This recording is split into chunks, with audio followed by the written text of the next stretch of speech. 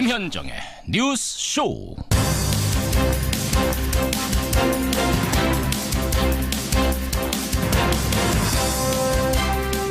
애청자 여러분 안녕하십니까. 정말 추운 아침입니다. 전국에 겨울 한파가 들이닥쳤습니다. 서울이 영하 7도, 강원도 철원은 자그마치 영하 16도까지 떨어졌는데요. 바람까지 불면서 체감온도는 더 춥게 느껴지는 정말 추운 출근길입니다. 그런데요, 오늘 출근길보다 더 얼어붙은 건 한반도 정세입니다.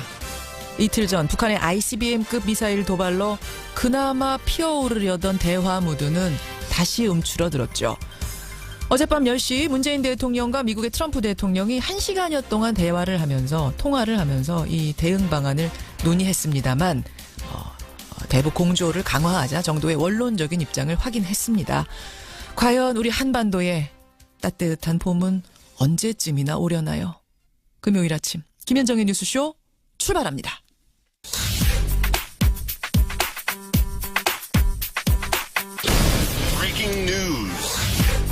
김현정의 뉴스쇼가 주목한 오늘의 포인트, 오늘은 민경남 프로듀서 나와 있습니다. 어서 오세요, 민 PD. 안녕하세요. 오늘 첫 번째 포인트, 한미 정상의 두 번째 통화부터 좀 봐야 될 것 같아요. 그렇습니다. 어젯밤 1시간여 통화가 있었는데요. 주로 문재인 대통령의 발언 내용이 알려져 있습니다.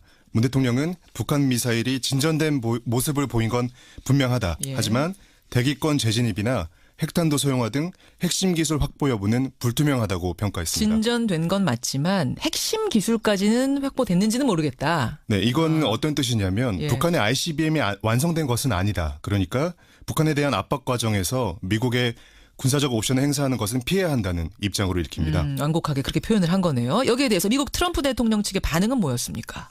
북한의 기술 수준 평가에 대해서 이견 제시는 없었습니다.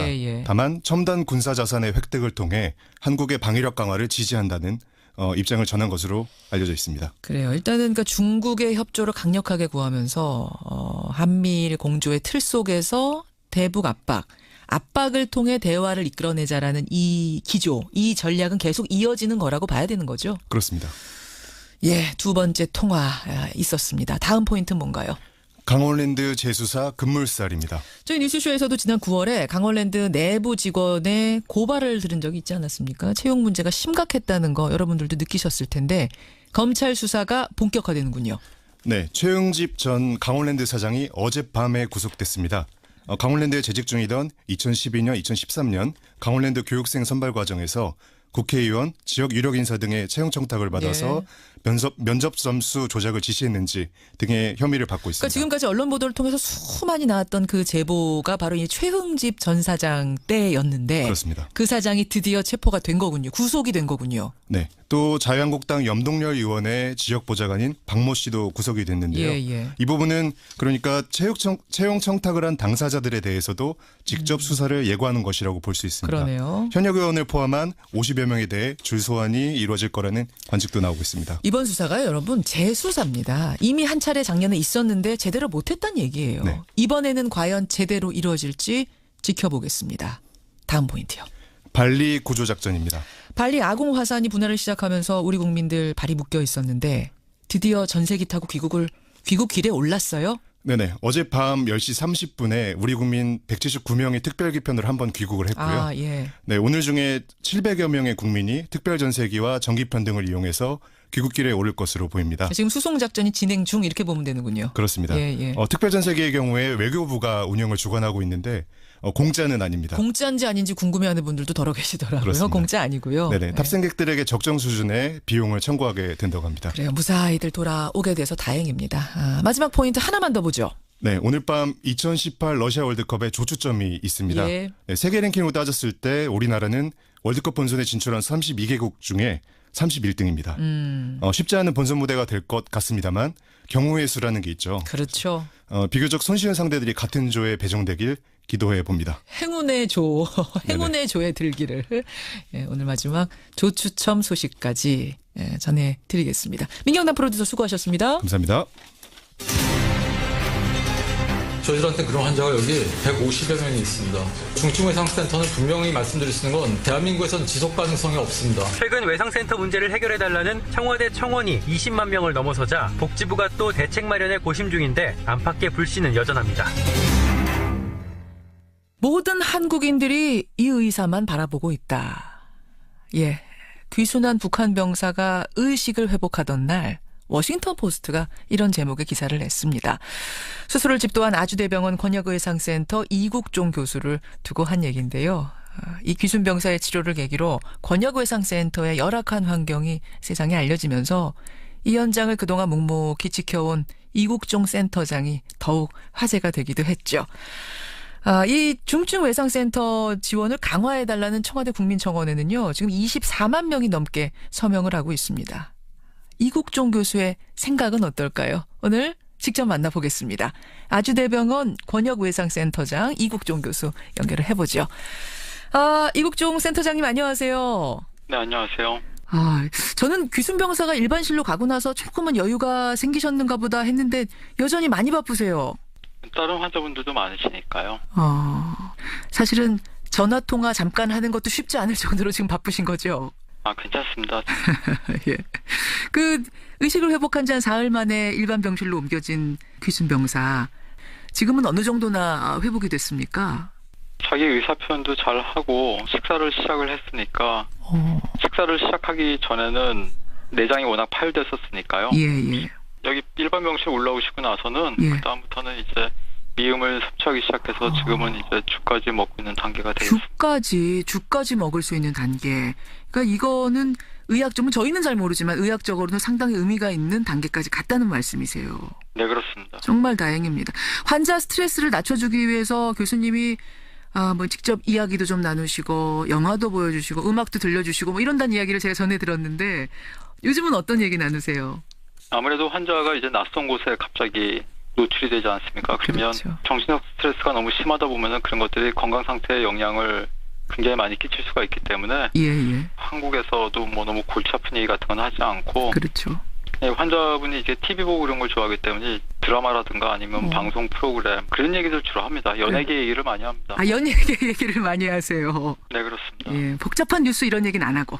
예, 저 제일 복잡한 얘기했던 게 이제 그 전임 대통령 정도까지만 알고 있더라고요. 그래서 지금 새 대통령이 이제 정부가 꾸려진 거 그런 것도 모르고 있고 그래서 몰라요. 예. 그런 걸 얘기를 해주면은 뭐 선거제도가 그렇게 정말 있냐 뭐 그런 것들을 이제 궁금해하기도 하고 젊은 청년이다 보니까 호기심도 많고 그래서 그렇죠. 남한에서 이렇게 좀 비교적 우리의 그 자유로운 그냥 일반적인 생활상을 많이 얘기해 주려고 노력을 합니다.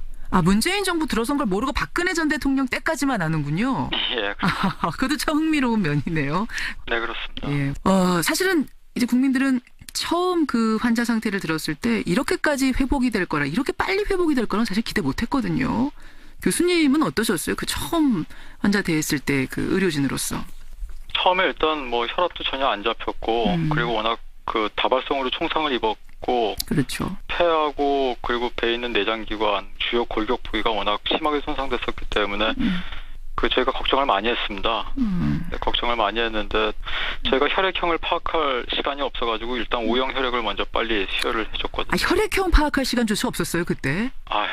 그럴 상황은 전혀 아니었습니다. 저희가 혈액형을 알지 못한 상태에서 O형 혈액을 줄 정도면은 굉장히 안 좋은 상황이고요. 그리고 무엇보다 남의 몸에다가 칼을 대가지고 칼로 몸을 가르고 들어갈 때는 이제 CT 촬영을 하고 수술에 들어가야지 수술을 어떻게 해야 되겠다고 이제 좀 이렇게 생각이라도 하면서 수술방에 저희가 진입을 할 수가 있는데 이 환자 같은 경우는 CT도 못 찍고 엑스레이 한 장 달랑 들고 들어갔거든요. 엑스레이 한 장 달랑 들고. 예, 그렇습니다. 그리고 또 환자분이 기존에 가지고 있던 기저질환이 많지 않습니까? 그렇죠. 이제 뭐 간염이라든가 여러 가지 뭐 기생충감염이라든가 그런 복잡한 문제들이 얽혀 있었기 때문에 굉장히 애를 많이 먹었고 지금도 사실은 뭐 식사는 시작하고 있지만 그런 기저질환 가지고 있던 것들 때문에 내과적으로 지금 애를 많이 먹고 있습니다. 아직도 좀 완전히 치료가 되려면 시간이 상당히 걸릴 것으로 생각이 됩니다. 그래요. 북한 귀순병사 일단은 죽을 먹을 만큼 회복했습니다만 완전히 완심할 수는 없는 단계. 지금도 만만치 않은 단계. 이국종 교수 여러분 만나고 계십니다. 중증외상센터 이게 사실은 뭔지도 잘 몰랐다가 이국종 교수를 통해서 처음 알게 됐다 이런 분들 그 중요성이 얼마나 대단한 건지 이번에 처음 알았다는 분들도 제 주변에 참 많으세요. 초기에 이 교수님께서 여기 뛰어드셨을 때 하고 지금하고 비교하면 그래도 좀 나아졌습니까? 어떻습니까? 굉장히 어려웠었죠. 제가 처음에 저는 이제 2002년도에 발령을 받았었는데 예. 사실 그때 다른 병원에 이렇게 한두 분 제가 알고 있던 분들도 이제 금방금방 다 한 1, 2년 만에 그만두시게 됐었고요. 1, 2년을 못 버티실 정도의 열악한 상황이었군요. 그 당시만 해도. 그건 버틸 수 있는 근거가 없죠. 왜냐하면 그 민간기관에서는 저희가 그렇게 수익을 내는 구조가 아니기 때문에 사실 남아있는 사람이 이제 또 없다 보니까 이렇게 많이 힘들어졌죠. 하여튼 분명한 생각은 이 일이 뭐 저희가 얼마나 이걸 지속할 수 있을지 모르겠지만 할 수 있는 데까지는 저희가 했던 걸 글로벌 스탠다드에 그대로 맞춰가지고 해서 최악의 경우엔 제가 사멸하고 나더라도 저희가 했던 이런 진료 기록을 그런 기록을 남겨야 되겠다는 생각은 굉장히 강하게 있습니다. 그러니까 그 부족한 것들을 내가 꼼꼼히 기록해서 후학에게 남겨야겠다는 어떤 사명감 같은 게 있으신 거군요. 화석 같은 겁니다. 그러니까. 화석. 옛날에 이런 사람들이 우리 한국에 있었구나. 그리고 이런 게 한국에서도 하면 되는구나. 되긴 됐었구나. 조금이라도 그렇게 본받을 만한 뭐가 있었다는 게 후세에 남아야지. 그냥 뭐 아무것도 없이 그냥 단순히 오늘 그냥 떼어 넘기려고 이렇게 그냥 현실하고 타협을 해버리면 사실 못하라 그러려고 하겠습니까 지금. 저도 아이가 있고 그런데. 그러면 더 이상은 이걸 할 이유가 없을 것 같습니다. 그러니까 지금 화석을 새기는 기분으로 그러니까 후세에 뭔가 보물을 남기는 기분으로 그런 사명감으로 일하고 계시는 거예요. 그러면 집에는 가세요? 이국정 교수님? 사람이 많이 부족합니다. 사람이 병원에 도울 사람이 부족. 그렇다면 우리나라의 최대 외상센터, 중증외상센터 센터 장인 이국종 교수가 그 정도 느낄 정도라면 뭐가 더 필요한 건가요? 지난번 석혜균 선장 때를 계기로 해서 정치권에서 지원 많이 해주겠다 약속도 쏟아지고 막 그러지 않았습니까? 하드웨어적인 것도 그렇고요. 저희 같은 경우에도 지금 병상이 부족해서 그런 하드웨어적인 것도 그렇고 중증외상센터에서 근무하는 특히 중환자실 병동 간호사들은 굉장히 중환자이다 보니까 이 사람들은 간호사분들 손이 월등히 많이 가는 겁니다. 물론 중환자실 환자분들이 다 손이 많이 가지만 한국에 있는 병원들이 간호사, 의사, 의료기사를 고용하는 수준이 선진국의 3분의 1도 되지 않습니다. 그 인력 가지고 유지를 하니까. 그래서 간호사분들이 자꾸 그만두는 건데 정치권에서 그러면 얘기를 드리고 싶은 거는 정치인들이 다 저녁에 있는 삶을 추구하고 국민 행복권을 우선시한다고 다 말씀을 그렇게 하시지 않습니까? 그렇죠. 근데 병원에 오면은 병원에서 들여다보시는 게 병원 겉에 있는 대리석 스테인리스 글라스로 바른 병원들 요즘에 외형이 얼마나 좋습니까? 번들번들한 대리석으로 깔은 바닥 그 바닥 매일 닦습니다. 병원에서. 그러니까 이 문제를 어디까지 파고 들어가야 될지 가늠이 안 되는 겁니다. 근데 그렇게 얘기는 그렇게 하시면서 진정성을 가지고 들여다보는 게 필요하다고 봅니다. 병원의 노동자들, 의사들, 의료진들도 저녁에 있는 사람 필요하다. 환자분들도 왜 중증외상 환자들이 노동자, 농민 그런 분들이 왜 중증외상으로 그렇게 많이 죽어가는지 그런 것에 대해서 진정으로 들여다보고 얼마나 진정성 있게 생각하는지 근데 한국 사회는 그게 너무 부족한 것 같습니다. 좋은 부분 지금 지적해 주신 것 같아요. 저녁에 있는 삶 얘기하던데 정말 이곳 병원의 노동자들, 의사들 포함해서 모든 노동자들이 정말 저녁에 있는 건가 한번 진정성 있게 봐달라 그 말씀 호소하셨습니다. 저희 청취자들한테도요. 이 교수님 개인적인 궁금증이 상당히 많이 문자로 접수가 됐습니다. 우선 제일 많이들 궁금해하시는 게 건강 괜찮으세요? 이 교수님 건강은 괜찮으세요? 그냥 지냅니다. 그냥 잘 지냅니다. 괜찮습니다. 스트레스 때문에 시력이 안 좋으시다. 거의 상실한 상태다. 사실 제 나이쯤 되면은 직장생활 하는 사람들이라면 다 한두 군데씩 아픈 거 그냥 참고 지내는 거 아닌가요? 그냥 받아들이시는 거예요. 참고. 제가 이렇게 좀 더 남들보다 상태가 안 좋을 수는 있지만 또 막 썼으니까요. 몸을 그동안. 당연하다고 생각하고 있습니다. 막 쓴 거에 비해서는 훨씬 잘 견디고 있다고 생각합니다. 막 쓴 거에 비해서는. 아까 전에 이제 제가 집에는 들어가세요. 그 질문 드렸는데 사실 저 같은 경우는 매일 새벽 4시 반에 일어나면은 특히 추운 겨울에는 내가 이거 찬바람 쐬면서 무슨 영화를 보자고 일어나 이런 생각 가끔 들거든요. 선생님은 그런 감정 느끼실 때 없으세요? 힘들 때 없으세요? 감정적으로?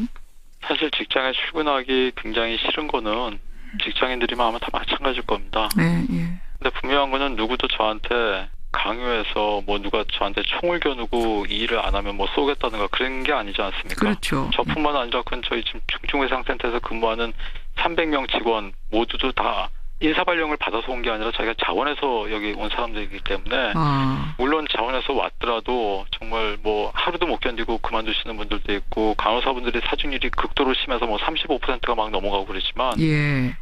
한 데까지 가는 겁니다. 전 그렇게 생각합니다. 저희가 버틸 수 있는 데까지 버티는 거고 뭐 그걸 특별하다고 생각하지는 않습니다. 그러시군요. 그 이번 북한 병사 포함해서 석희훈 선장 이런 분들 포함해서 정말 수많은 환자를 보셨을 텐데 지금도 잊지 못할 환자가 따로 있을까요? 저는 사실은 돌아가신 분들이 생각이 많이 나고 있기 때문에 별로 말씀드리기가 좀 어렵습니다. 저희 전체 사망률이 뭐 10% 정도 나오고 있기 때문에 그건 전 세계 외상센터 의사들의 숙명입니다. 사망률 10%에서 15% 정도는 안고 가야 됩니다. 왜냐하면 저희가 그걸 겁을 내면 예. 가망이 없는 환자는 받지 말아야 되거든요.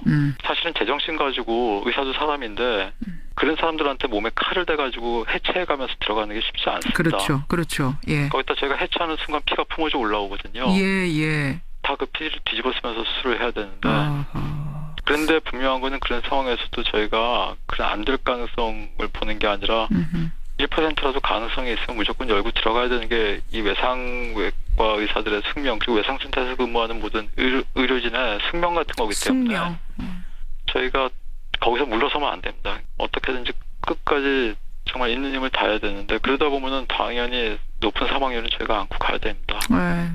그렇게 된 환자분들 중에서 죽을 힘을 다해서 수술하고 밤새 수술하고 그리고 한 2달, 석 달 동안 중환자실에서 버텨가지고 거의 다 좋아졌다. 이제 일반 병실 가도 되겠다 싶을 정도로 해서 약간 마음을 놓고 있는 환자가 있는데 그런 환자들이 갑자기 엉뚱한 합병증이 발생하면서 갑자기 피가 뿜어져 나오면서 돌아가시거나 생명을 잃어갈 때 그땐 정말 미칠 것 같습니다. 정말 괴롭습니다. 그럴 땐. 그런 환자분 한 분 한 분이 다 남습니다. 머리에. 잊혀지지 않아요. 그런 분들일수록. 네. 그렇습니다. 정말 죽을 힘을 다해서 살린다 라는 그 표현이 어떤 심정일지 이게 와 닿는데요. 이번에도 그러셨죠. 이번에 규순 병사를 살리는 과정도 참 죽을 힘을 다해서 살리는 고통스러운 과정이었는데 특히 이번에 더 좀 고통스러우셨을 것 같은 게 마음고생도 좀 하셨어요. 논란도 좀 겪으셨어요. 그 폭풍이 이제 좀 지나가고 잠잠해지고 돌아볼 때 소회랄까요? 어떠세요? 저는 사실 병원 안에만 있었기 때문에 잘 모르겠습니다. 그 의원분도 환자를 생각하는 마음에서 그런 말을 했다라고 하시고 뭐 이국종 교수 말씀할 것도 없이 당연히 환자를 생각하는 마음이었고 의견이 어긋났던 것 같아요. 혹시라도 한번 만나서 좀 두 분 허심탄회하게 말씀이라도 나눠볼 생각 있으십니까? 저는 그 의원님께서 평소에 글도 다 굉장히 잘 쓰시고 맞습니다. 정론 직필을 하시는 굉장한 아주 식견을 갖추신 전문가로 제가 그냥 알고 있습니다. 저는 그래서 그분이 그 의원이 되신 줄 모르고 있었거든요. 근데 분명한 거는 그 의원님이 소속된 정당을 지지하는 사람들은 그 정당은 블루칼라 계층의 분들이 지지하는 그런 정당이고 그런 분들의 지지를 지금 안고 유지되고 있는 정당이고 저는 바로 그 정당을 지지하는 사람들이 흘리는 피를 막아내고 있는 사람입니다. 그러네요. 그러니까 저는 특별한 다른 느낌이 있는 게 아니라 좀 안타깝습니다. 저도 안타깝습니다. 안타까운 상황이기 때문에 두 분이 좀 만나서 이 오해들을 풀고 가면 어떨까. 김종대 의원은 만나서 이야기 나누고 뭐 사과하고 이러고 싶다는 의사를 표현하셨거든요. 어떠세요? 저도 해군에서 일을 많이 하기 때문에 그러셨다면서요. 군 관계에 있는 저 같은 사람들은 사실 그분은 이렇게 굉장히 큰 오피니언 리더 중에 한 분입니다. 그냥 일반 그냥 의원님 많은 의원님들 중에 한 분이 아니고 그렇죠.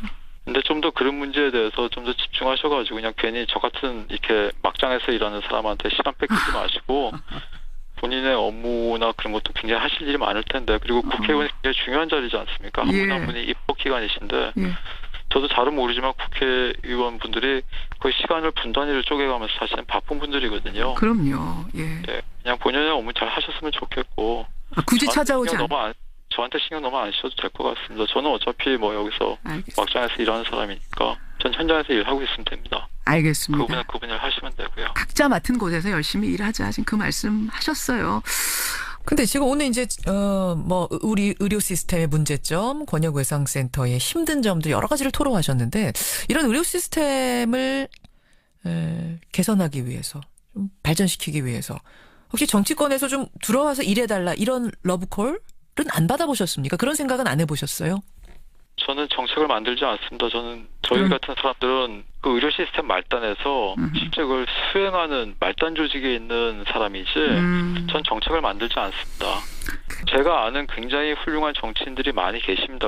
저는 그런 분들을 그저 도와드릴 뿐이지 제가 뭐 주제넘게 감히 나서서 뭐 그런 생각은 단 한 번도 해본 적 없습니다. 그래.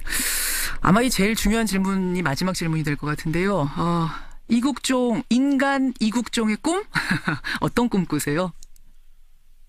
사실은 저한테 주어진 시간이 그렇게 많은 것 같지는 않습니다. 그래서 분명히 말씀드릴 수 있는 건 이 외상센터를 맡고 있는 한은 글로벌 스탠다드 진료 지침에 맞춰서 정말 벗어나지 않게 운영될 수 있도록 아예 안 하면 안 했지 거기서 벗어나가지고 적당히 타협하면서 가지는 않으려고 노력을 할 거고요. 타협하지 않겠다. 개인적으로는 제 손끝에서 이렇게 치료되는 환자분들이 잘못되지 않고 그러니까 큰 의료사고 없이 잘 맞춰질 수 있으면 좋겠습니다. 그렇게 시간이 많이 남지 않았거든요, 전.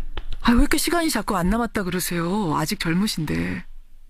외과 의사들은 그렇게 의사 수명이 길지 않습니다.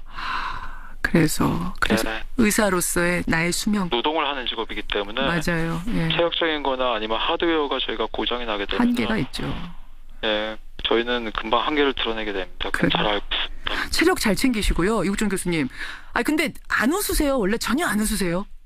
그렇게 웃을 일이 많지 않습니다. 아니 지금 청취자 질문도 들어옵니다만 웃으시는 모습 한 번도 못 봤다 이러세요.